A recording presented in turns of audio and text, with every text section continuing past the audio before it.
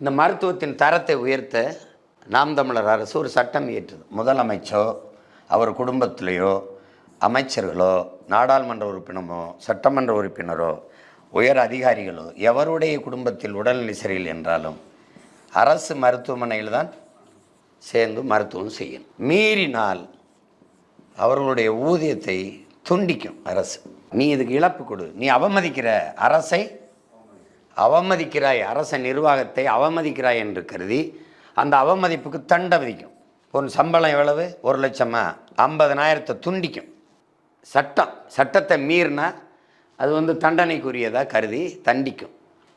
அப்போ தான் இதை சரி பண்ண முடியும். இப்போ கரூரில் கடகோடி கிராமத்தில் ஒரு ஏழை கிராமத்தில் என் ஆத்தாள் அப்பத்தாவுக்கு முடியலைனாலும் நாட்டின் பிரதம அமைச்சருக்கு என்ன மருத்துவம் கிடைக்குமோ, இந்த நாட்டில் முதலமைச்சருக்கு என்ன மருத்துவம் கிடைக்குமோ அதை ஏழை அப்பத்தாவுக்கும் தாய்க்கும் அப்பனுக்கும் கடைகோடி மகனுக்கும் கிடைக்க செய்வதுதான் உண்மையான மக்களாட்சி. அதை உங்கள் பிள்ளைகள் செய்வோம். கட்டணம் கிடையாது. இந்த அரசு மக்களுக்கான அரசு.